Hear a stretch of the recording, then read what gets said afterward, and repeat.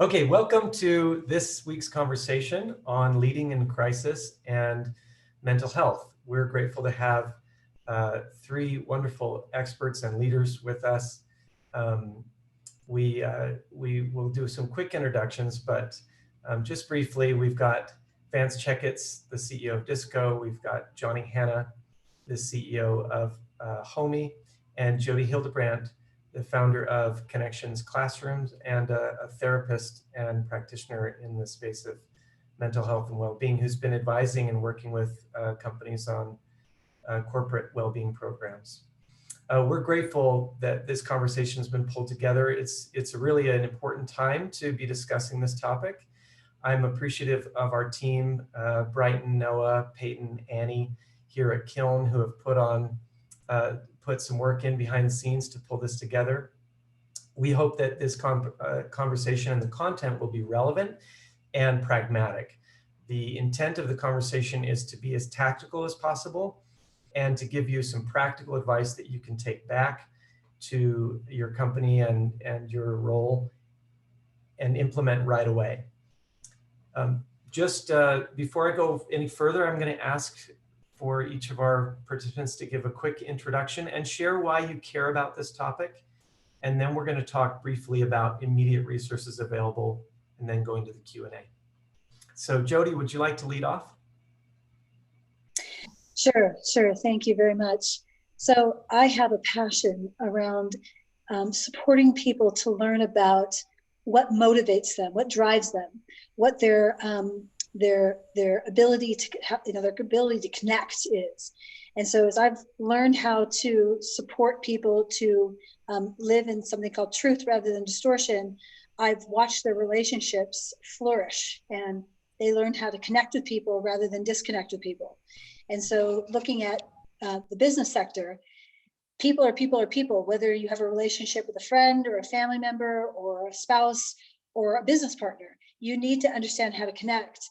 And connection is based upon principles of what I call truth rather than distortion. So I've spent a lot of time and worked with thousands of people teaching them about those principles so that they can have an outcome of connection rather than disconnection.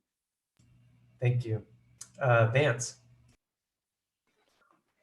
So thanks so much for having us, and it's great to be with Johnny and Jody. Why do I care about this? I don't know. Maybe you can see on the wall behind me.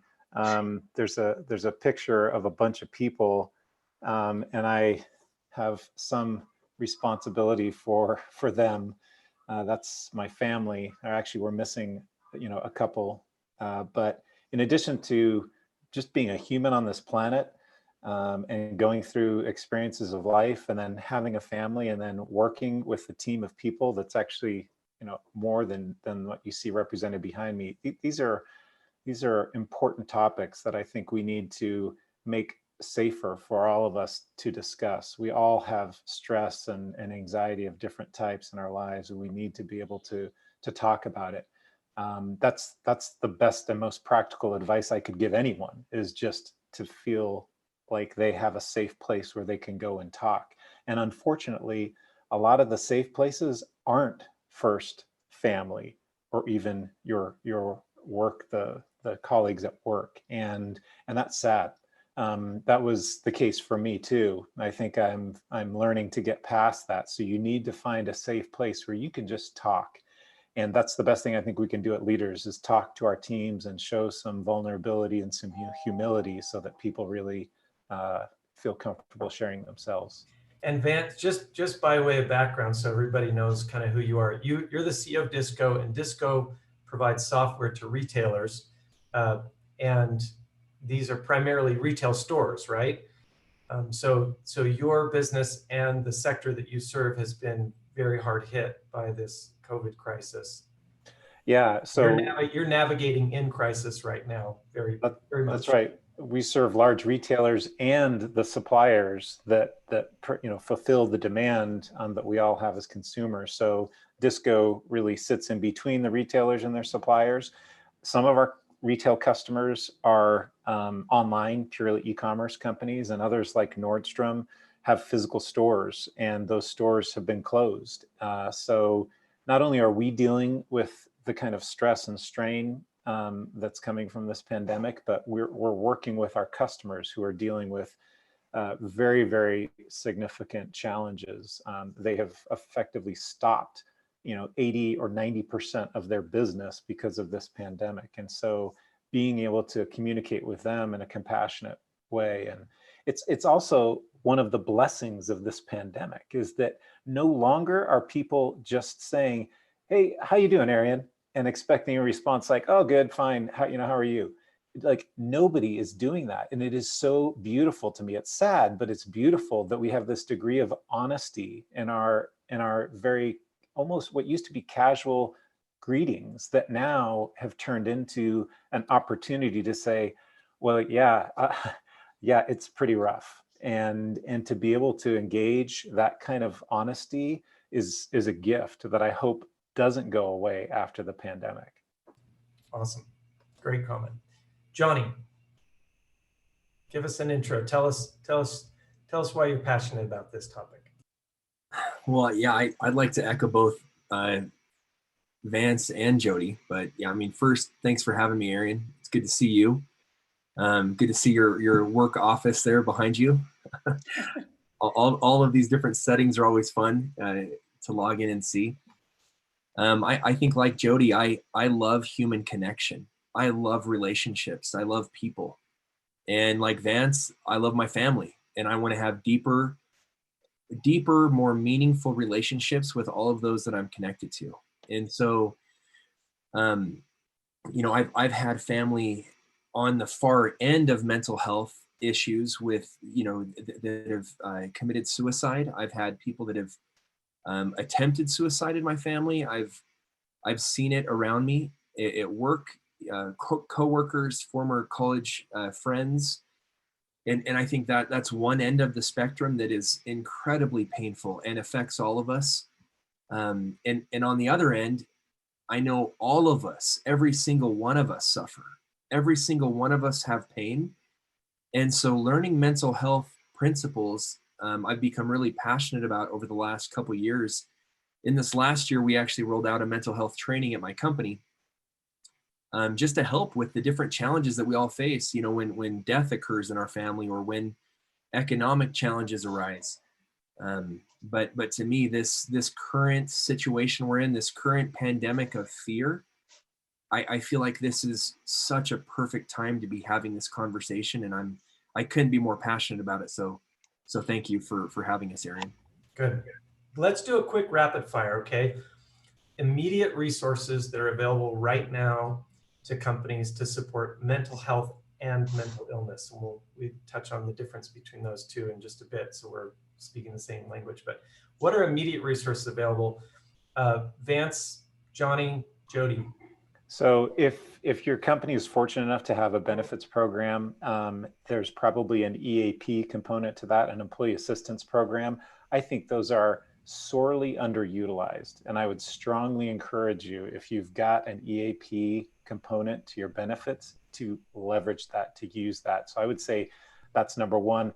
Of course, your company might be really small and you're a startup or you're self-employed and you're going to need other resources. Fortunately, there are things like the Safe UT app and program. There's this new emotional health resource that's been promoted by Intermountain in the state. Phone number is 833-442-2211, and you can find it online. But there's a couple of things that I would say would be really immediate, easy to access resources.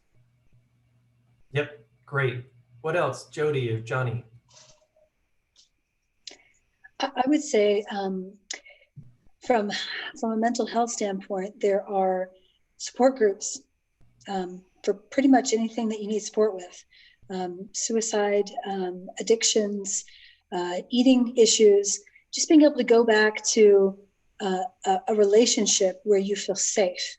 You just need one person in your life who knows how to validate you and knows how to help you understand what exactly you're perceiving and whether that perception is in the reality, which is what I would call truth, or whether it's in this place called distortion.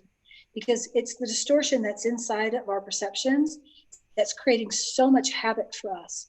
It's the main reason why we feel fear around whatever we feel fear around.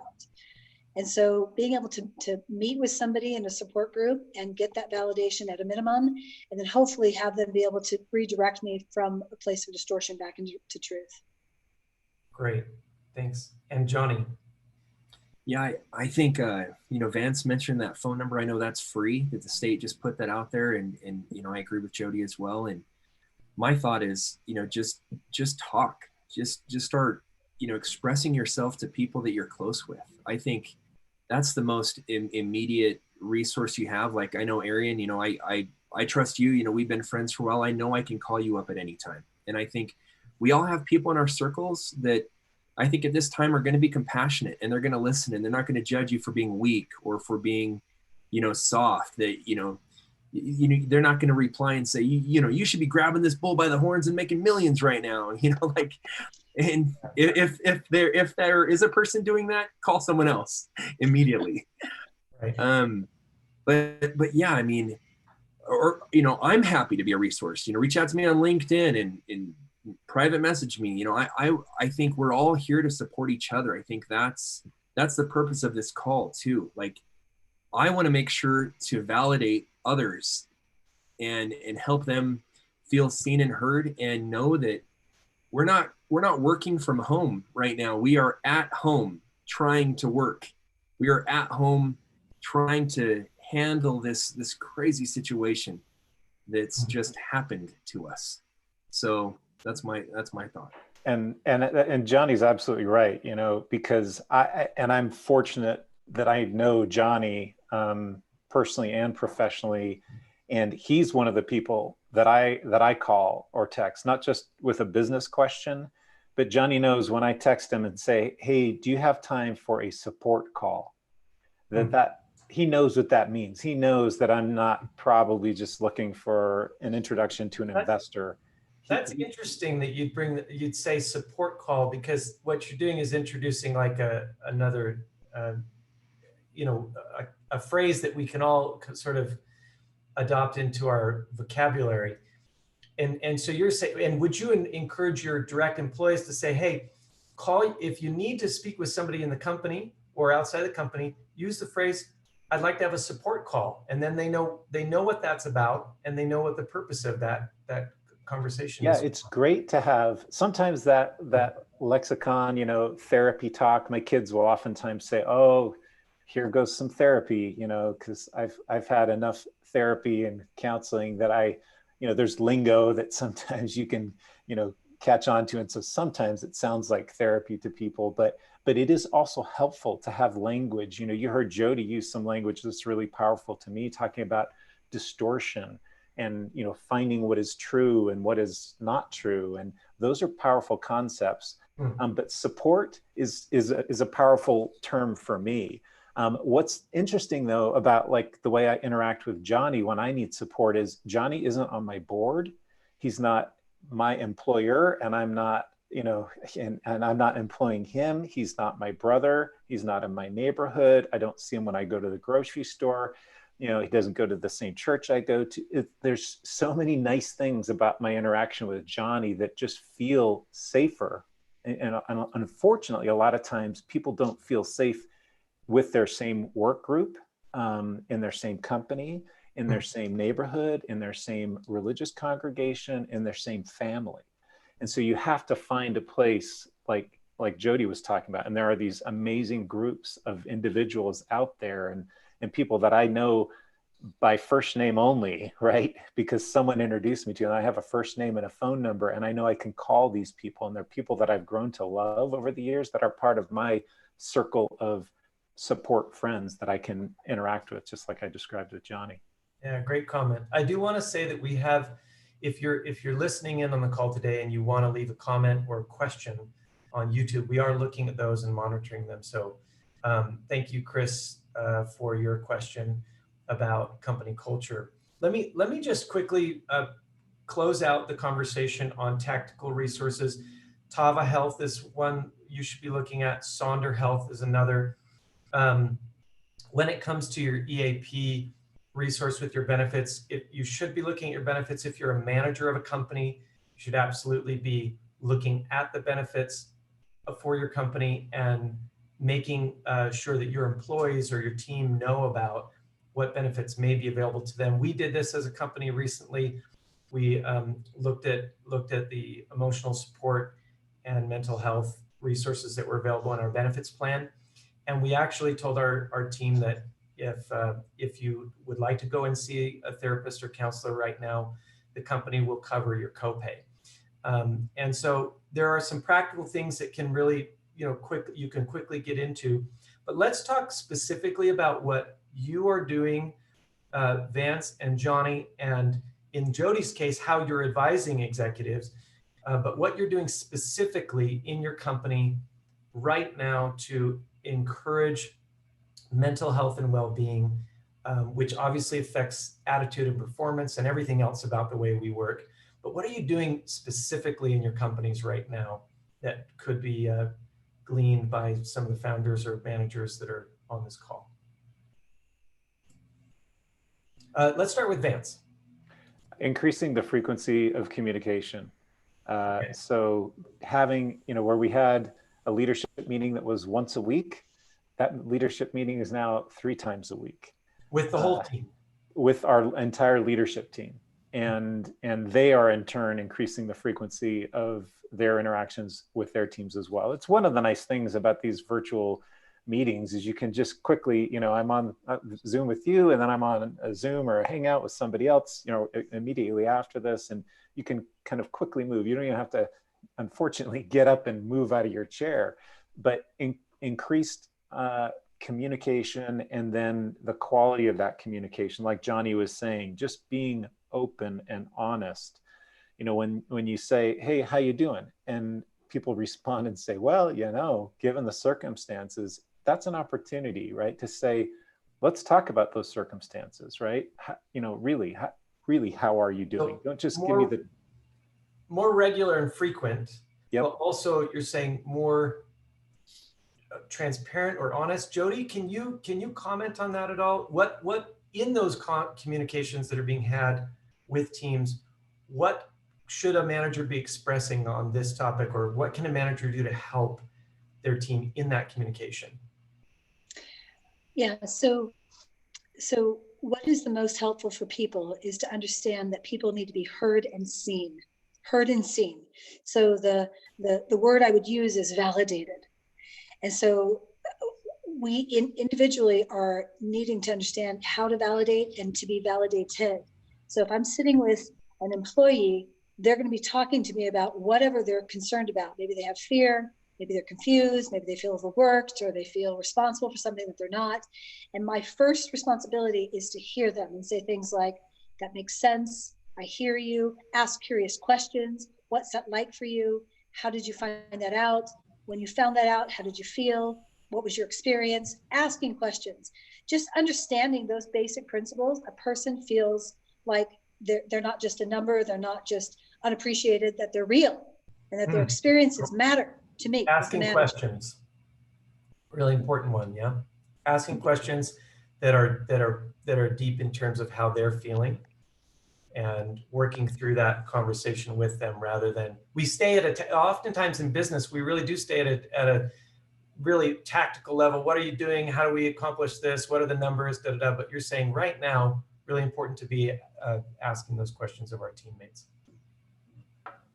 And if I could add to that just a little bit, I would, we often say, how you doing?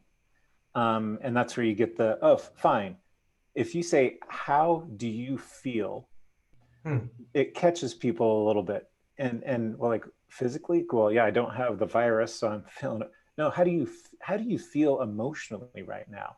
And if you can tap into that, I think the 3 most powerful questions for me are, how do you feel?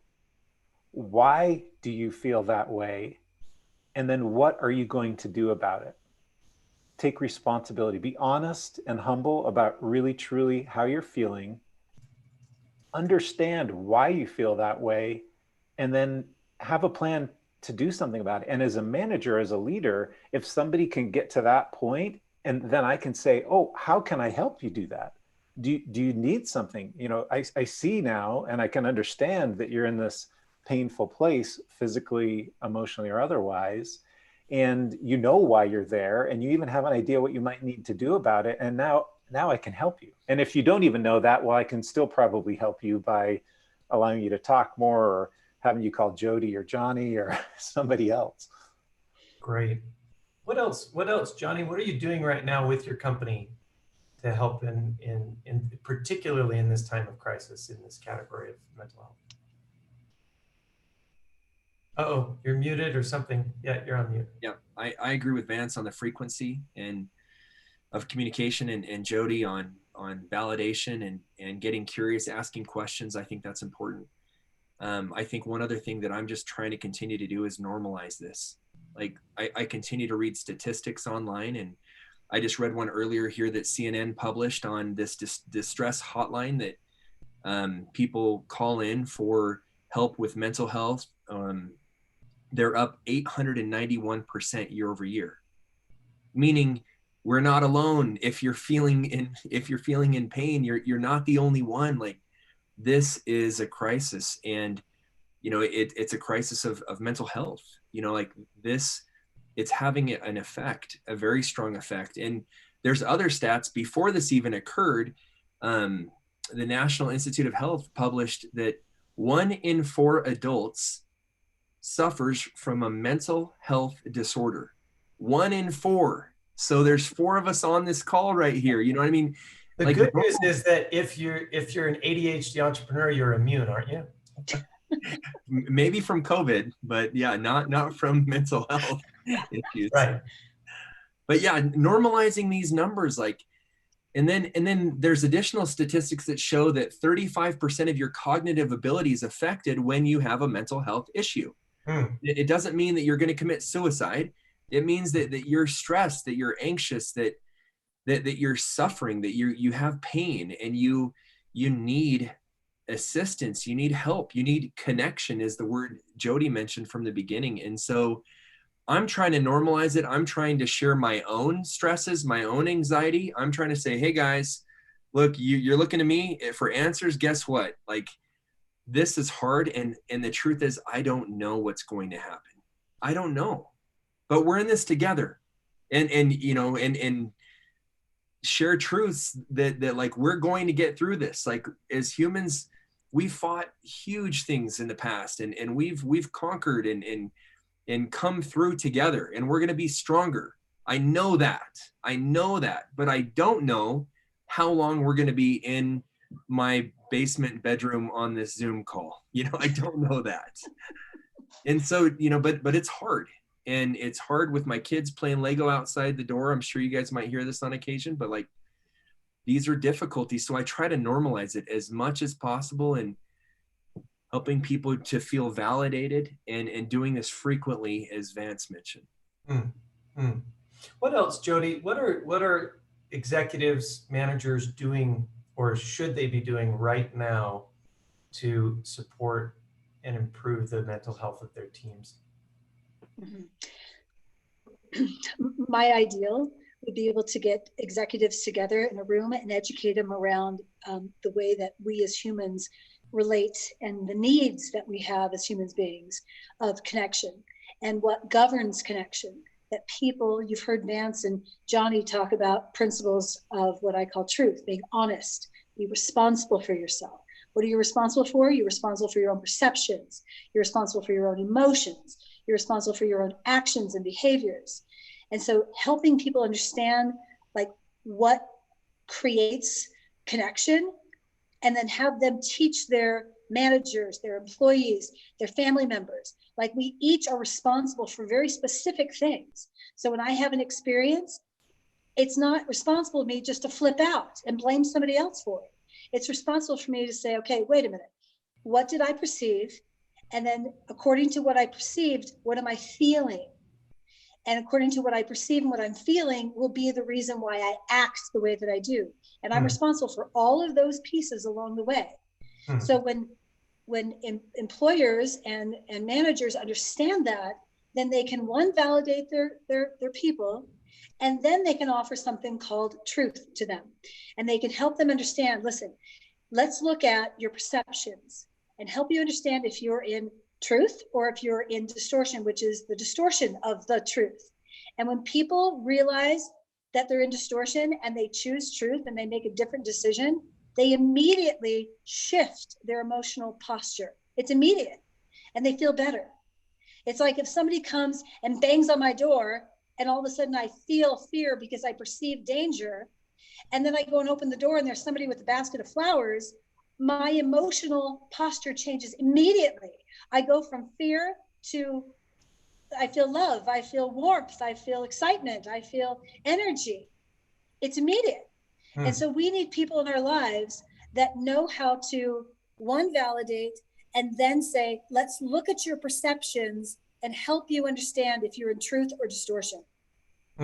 Great. So I have to get this out because I've been wanting to talk about this from the very beginning. Some of you may actually know Star Trek and remember Jean-Luc Picard, and you may recall that the ship actually had a ship's counselor.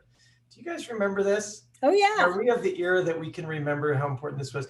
And in order for the ship and the crew to function well, they had this wonderful counselor who had these perceptive, unique perceptive alien qualities. And she was able to perceive how you're feeling or doing, and she would kind of call you out on that. How practical is that in our work world right now? And at what point do we as managers, should we step in if we feel like somebody's mental health is affecting them and affecting their performance? What's the line, and how do we manage through that? Well, one of the things that I'll say here, by the way, we've been watching Lost in Space as one of our pandemic, stories, the Netflix series, and it's Dr. Smith who's the therapist, and it's not a very good one. Don't go to Dr. Smith. But one of the things that is really difficult, I think, is keeping yourself in a place where you're not saying, Arian, I think you are feeling really stressed out. Like you're stressed. I can see it in your face.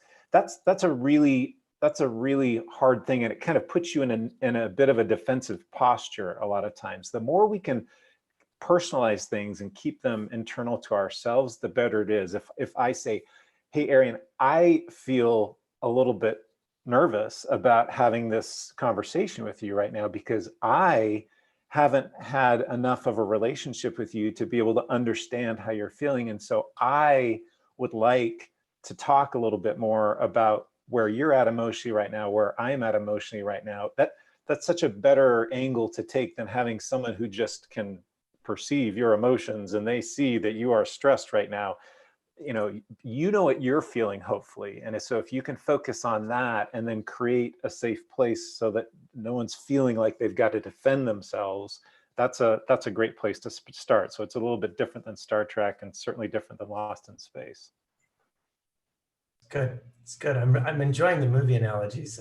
I mean, if we can throw a Star Wars one in there, I'd appreciate it. But let's keep going. Johnny, what do you think about this? How do you address this with a member of your team? Yeah, and how address what in particular? Let's say somebody on your team is struggling. You can perceive, you have that sense that something's not right. How do you start that conversation? I mean, there's a sensitivity there in terms of how you address that. How do you do that, Johnny? Yeah, I think Vance nailed it pretty well. Instead of just, how are you doing? I think, tell me how you're feeling. And if it's still just kind of a generic answer, I think describing the situation and even getting vulnerable and sharing your own struggles, or sharing how your day has been going and some of the challenges that have occurred, maybe even if they're somewhat small, you can at least open up. And for me, what I've really been trying to do is create an atmosphere of safety and trust. And if they don't feel safe, or if they don't feel safety or trust with me, they're not going to share. And so I think, and it's earned, trust is earned over a period of time.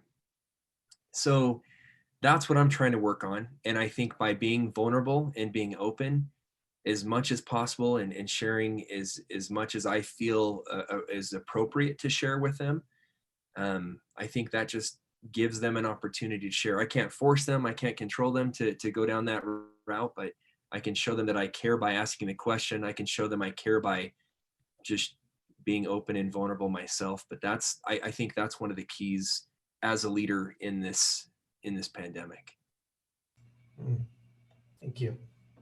Let's talk for just a moment about what a healthy company culture should be, where people are really are able to be their I guess their best selves in terms of their mental health and well-being.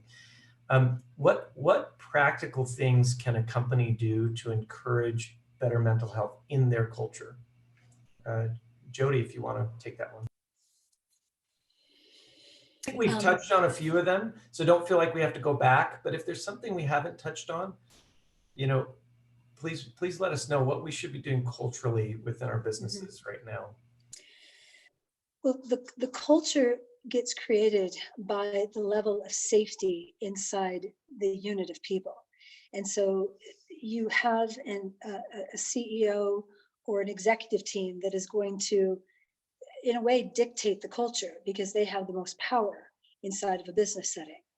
And so it is incredibly important that the people who have the power are being educated in mental health issues. So we've been talking about vulnerability, being willing to be safe. Some people will hear that and go, I'm safe, yeah, I don't hit anybody.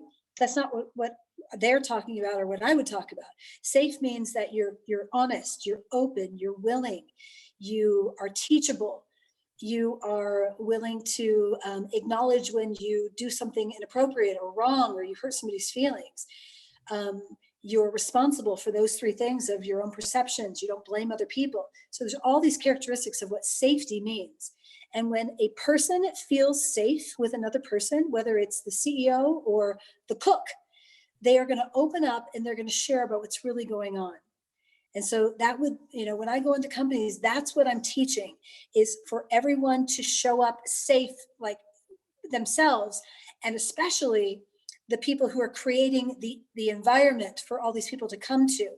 They're the ones that need to model this safety so that the people who are coming to work understand that this is an environment where they care about them, like they matter, and they desire to connect with them. Yes, they need to get their job done, and they as a being are important and they're valued and they're seen. No, that's great. Johnny and Vance, have you found that you've made progress in your cultures by doing anything specific on this topic? We've talked about communication and openness, but is there anything else that you've seen that's worked or been beneficial? Yeah, I've actually had Jody in particular come to my office and train us on understanding some of these therapeutic principles. And I'm thinking this has been ongoing for over a year now, and we've in our executive meetings, if somebody's showing up where again we talked about, if you can see visibly if they're just not, they don't seem well, like that happens.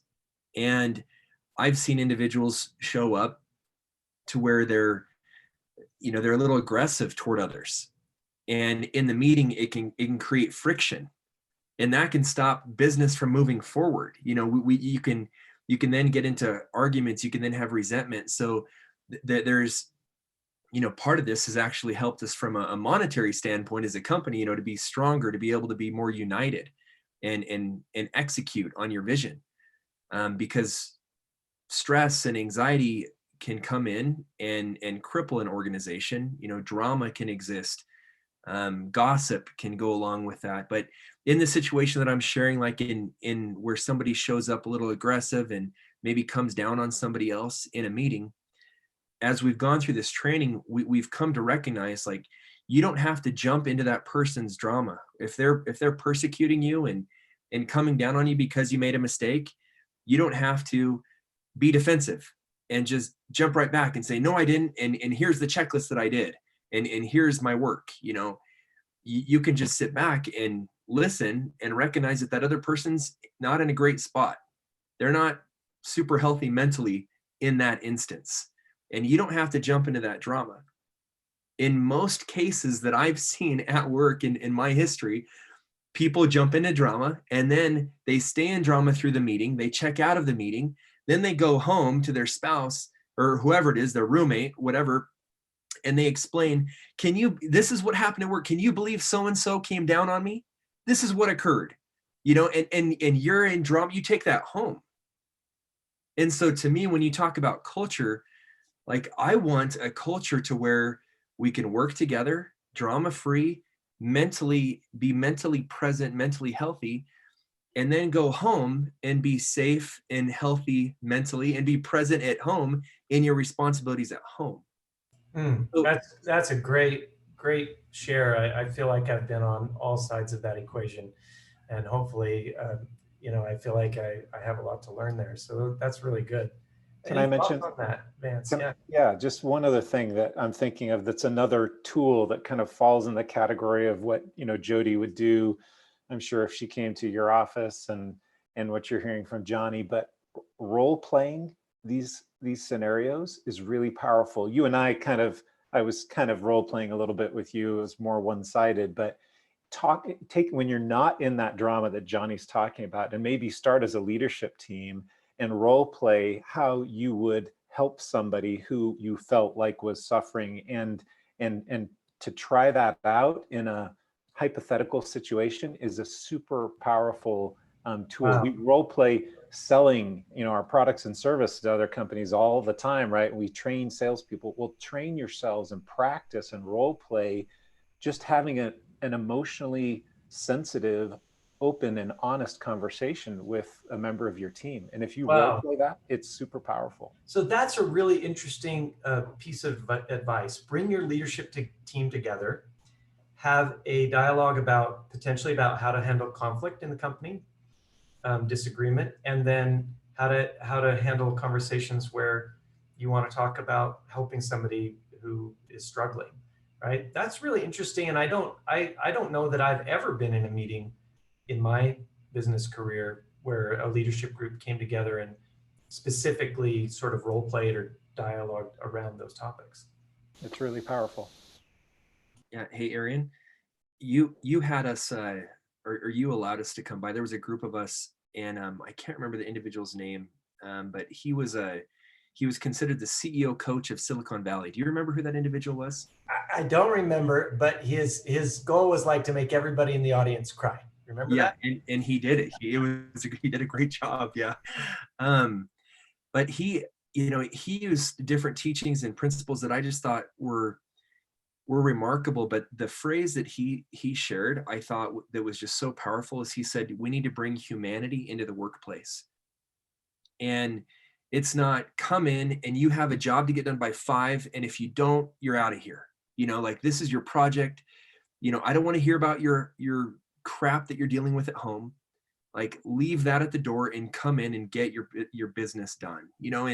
And I think what Vance just shared was a very human way of going about an executive team retreat or meeting and role playing a sensitive conversation. And Jerry Colonna, that's his name, Jerry Colonna, and he passed out a book at your event that I've been reading, and it's great. But yeah, the humanity, like he talked about how we've been taught in Western society to man up, to cowboy up. You talk about your feelings, you're weak. You're not a leader if you talk about how you're feeling, but the truth is you're covering it up. You're hiding what is real. Like, all of us have feelings. And the more we can express ourselves, the better leaders we'll be, the better we'll be for others. So in my one-on-ones with our people, ever since I heard from Jerry and this training we've been going through with Jody, I try to help our one-on-ones for the entire company to be more human. Like, tell me how your weekend was. What's going on at home? How are you? Like, what activities are you doing for self-care, mountain biking, fishing, whatever it is, instead of just, okay, what did we talk about last week? Have you, what can you report on? And we normally just jump right into that and then strategize on whatever business principle. But being more real and human, I think, is the new norm, especially in light of what's going on now. That's wonderful. Any final thoughts on that, Jody? Oh, I just am sitting here just smiling because what they're saying is absolutely the truth. People need to know that they're not just somebody that's producing something for you. They need to be real for you. And so these two men are spot on, where they're able to validate, see, ask questions, get curious, and normalize their stressors from other relationships that are coming into work, and validate them. Mm. Well, I love the idea. I'm pulling together your phrases and thoughts, and I love the idea of a humanity in the workplace workshop for your executive team. And I know that's what you do professionally, Jody, is you facilitate those kind of workshops. So if somebody out there is listening, wants to, check into Jody's resources, I think you can quickly Google her and find out more about Connections Classrooms. But I want to just talk on one last topic, and I want to talk about burnout. So we use the term burnout a lot. I feel burned out. I'm burnt out. Can we just talk about how you're addressing burnout in your companies, and what you think would be some practical advice for anybody listening on that topic? Whoever would like to pick that up first. I don't like labels like that, like burnout. To me, it's almost like work-life balance. I hate those conversations like, oh, what's work-life balance? And, and burnout, it's just stress. You just have kind of gotten to the end of your rope maybe with something. But what's funny is, I might feel burned out in one aspect of my life and totally energized in another. So what does that mean, really? Am I burned out? No, I'm just like sick and tired of doing this one thing. But you want to go for a hike? Like, I'm in, and I got all the energy in the world. Now there are times where you get truly just down or depressed, and it kind of permeates your entire life and your being, and that's a different place, a different feeling. So the first thing I'd say is, let's define that a little bit more. Let's get a little more descriptive language around exactly. So I would get curious with you. If somebody said, I'm just burnt out, I'd say, well, let's talk about that. What does that mean to you? And it's probably, I'm guessing, more often like, I'm just sick and tired of this one thing. I'm at the end of my rope. But you want to talk about something else, and all of a sudden I got all the energy in the world.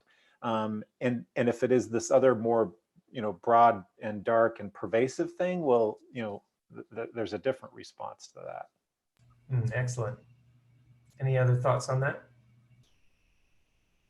Yeah, I was going to say something very similar of get curious about the meaning. Words have power, and words can mean something for one person that they mean something different for another person. So being willing to go, what does that mean for you? Help me understand why it is that you use that particular phrase or statement. And I think Vance is spot on that a lot of times I can't control something, and I use that word very deliberately. I can't control something in my environment, and I keep trying to control it. And I start realizing I can't control it, and all of a sudden I get burned out. When really I need to realize that I'm not responsible for that thing. I'm not supposed to be controlling that thing. It's usually another person. And I'm just reacting, and I'm using the language of I'm burned out, or I'm sick and tired, or I quit, and really it's more about recognizing things that I'm not responsible for and being willing to let go of them. Awesome. I think we're going to finish with just a quick round of comments on any best practice that you feel like you want to make sure you get out there. I'm going to just talk about one that came up within our team. Actually, I'll touch on two. We have a wonderful member of our team named Haley, and she suggested that as a team, at the end of our team meeting, we do a team meeting right now on a daily basis, that we express things that we're grateful for. And that one process of expressing things that we're grateful for has lifted our meeting, and the meeting she ran in particular, we all left with a really great feeling. The second thing is that our co-founder and COO, Andrew, is passionate about exercise, and he has started a Strava group. And what he's doing is he's like, in a very encouraging way, he's helping us to get out and exercise and kind of have a little bit of social fun around that and gamification of it. And I think that's been really good for our team's mental health and well-being. The last thing is, on a call earlier today with Brandon from Weave, he mentioned that he really was trying to differentiate between mental health and mental illness, in that a lot of us think of mental health and mental illness as the same thing, when in reality, all of us need to work on our mental health, 100% of us.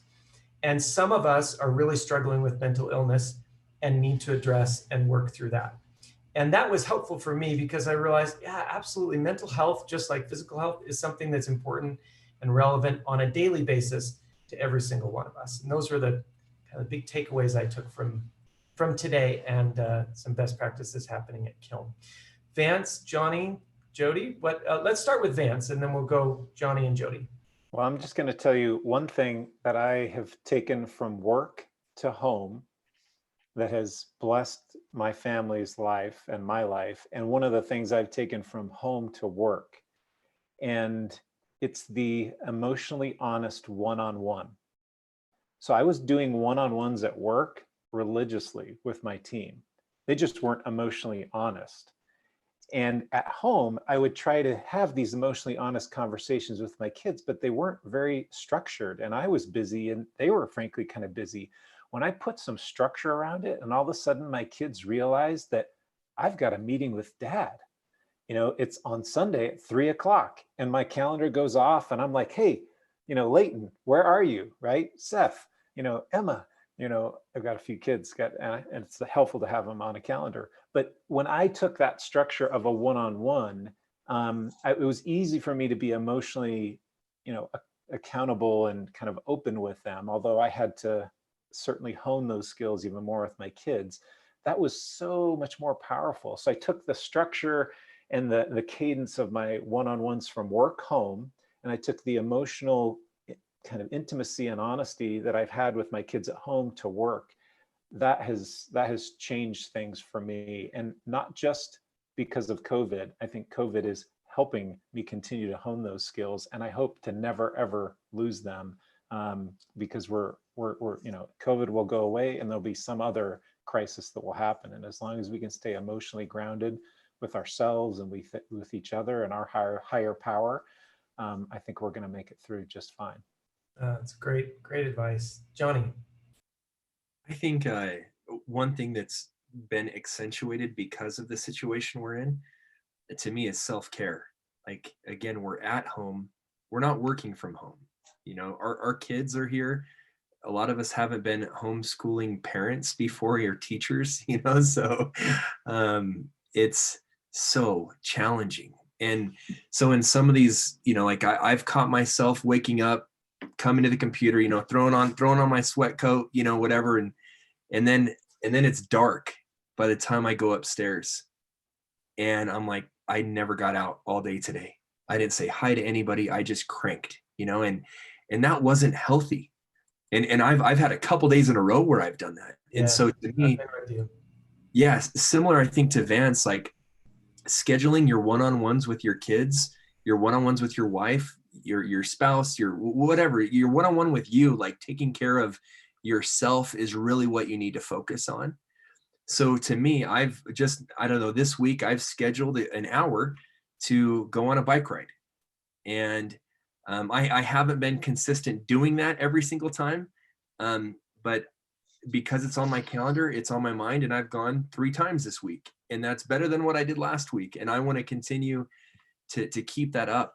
And just, I have another coworker that came to me and she just said, look, with my kids home, can I work, till noon and then pick back up in the evening, and it's a different situation, and that's what she needs. And so I think we need to tailor this as leaders for others, allow them that flexibility, but also give ourselves some leeway, just knowing like you might not be as productive being at home. You might not get as much done. So giving yourself a break and focusing on self-care, I think are some good things I'm personally working on right now. And openly talking about a flexible schedule right now with your team is an interesting idea, saying, hey, we still want you to put in the time, but if you need to break that up into different buckets and do some at 9 o'clock at night and some at 4 in the morning if you need to, or whatever, then that's great. That's a really good option to offer to teams. Okay, Jody, final thoughts. I would say to stay in the moment. And that can be a little cliche. What I mean by that is I spend all day talking to people, and most of the people I'm talking to in today's world are very afraid. They have all sorts of fear. And when we talk about their fear, it's always about history fear or like in the future fear. I'll say to them, is there something to be afraid of right here, right now? And across the board, 100% of them, no.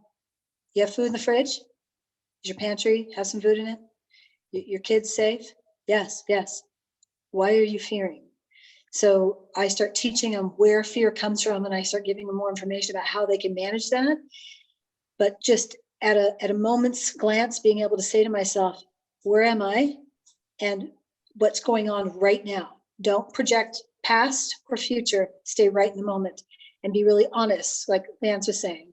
And I would add the word responsible. Like, what's the truth of what's going on right here and right now? And when you tell yourself the truth of what's actually happening, your emotions will follow. So fear will give way to calm or relaxation, or maybe even humor.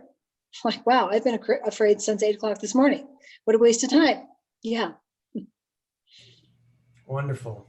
Wonderful. Thank you all three for joining the call today. And we really hope that this is I think many of these conversations are happening. Johnny, I know that you have been right at the forefront of leading this conversation in the state. And a lot of people have looked to you as a leader on this topic. We really appreciate how you've put yourself out there to be that leader, and very much appreciate your time on this call today. This is really about humanity. It's about productivity and creativity, isn't it? It's about us expressing the best parts of who we are and being able to bring that with us to work. You can comment if you want. I'm not trying to dominate here, but I really believe that that's at the heart of what's going on here. Is all of us want to be able to deliver the very best of ourselves while we're at work and at home, and that having good mental health is a core component to that. Amen. This is my C for connection. We talked about the need for connection. If you see me do this on a Zoom or a Hangout, I'm connecting with you because of what you said. So I connect with you, Ariane, and I connect with you, Johnny and Jody. We could do this too if you want. Yeah, that was That's right. But we'll go with that one. Well, thank you all, and have a lovely day and a lovely Easter weekend. Thanks. Bye bye. Thank you. Thank you, Ariane.